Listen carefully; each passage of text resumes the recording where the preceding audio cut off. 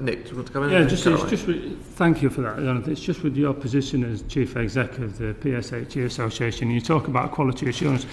Do you think with the materials that we've seen with regards to sexual and health education within our schools, do you think you're the right organisation to do that? Because I believe some of the materials that I've seen are completely and utterly abhorrent and shouldn't be taught in our schools. You have material saying that sex was assigned at birth instead of observed at birth. You talk about 100 different genders. We've talked about all kinds of different porn to year 7-year-olds and all that. I would imagine you've had a look over all that, or your organisation's had a look over all that, and quality assured that. I think that's acceptable for these children to see that. I can only really talk about materials we have quality assured, and I can certainly say that we haven't quality assured materials that do any of the things you've just referenced.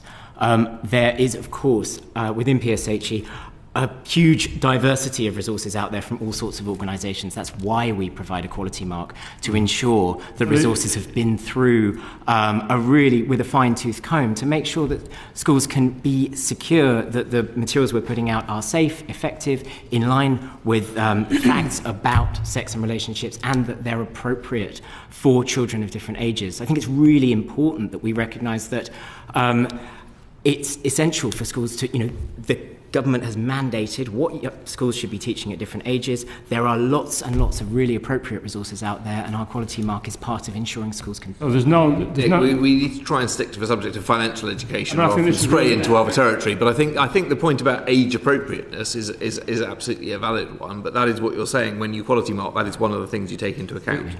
I think certainly one of the things that this committee has previously been concerned about is that whilst the government talks about age appropriate, there seems to be very little detail about what that actually means in the guidance.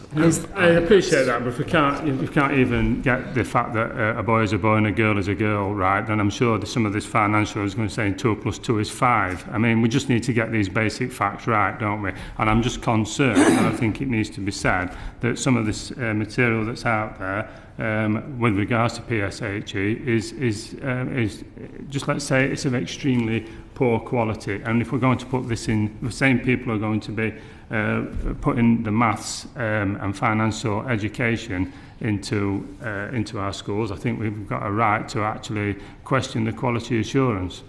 Of course, there's a right to question thing, but I think it's really important that we don't recognise a widespread picture of problematic practice, and the way to solve that is to ensure that teachers are confident, they're well trained, and they're able to make decisions about what the children in front of them, and ensure that the resources that they're using are age appropriate, are suitable, and will be effective to do the really critical work of PSHE in terms of safeguarding, in terms of preparing children for life.